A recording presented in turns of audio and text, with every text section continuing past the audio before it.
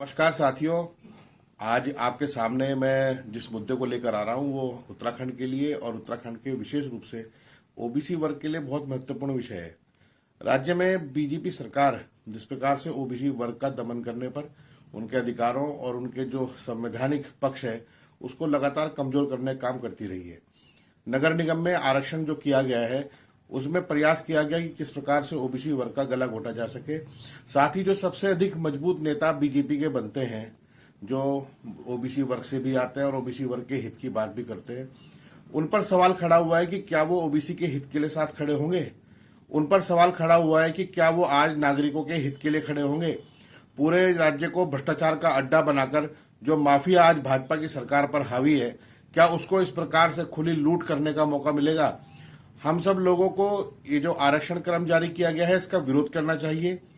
और हम विशेष रूप से ये भी कि जो सीटें आरक्षित नहीं है उस पर भी ओबीसी वर्ग को अपनी दावेदारी पूरी मजबूती से ठोकनी चाहिए, क्योंकि संख्या ही चुनाव का बेस है, चुनाव का आधार है और संख्या के आधार पर ही चुनाव की रणनीति बनती है।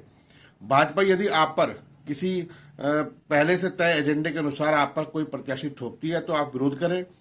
ओबीसी वर्ग के, एससी वर्ग के और साथ विशेष रूप से अल्पसंख्यक वर्ग के लोगों से अनुरोध करूंगा कि वो बीजेपी के खिलाफ मतदान करके उनके इस तंत्र को तोड़ने का काम करें। साथ ही ओबीसी वर्ग के और एससी वर्ग के लोग संविधान की शपथ लें जिससे प्रत्येक नागरिक के अधिकार को सुरक्षित रखने की मांग की गई है।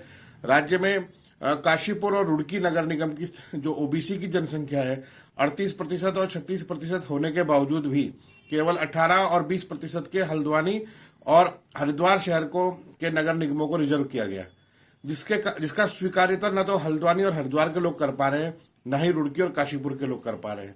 ताकि राज्य में हाईकोर्ट द्वारा एक डिसीजन दिया गया है, राज्य सरकार को कहा गया कि 27% आरक्षण कर दिया जाए।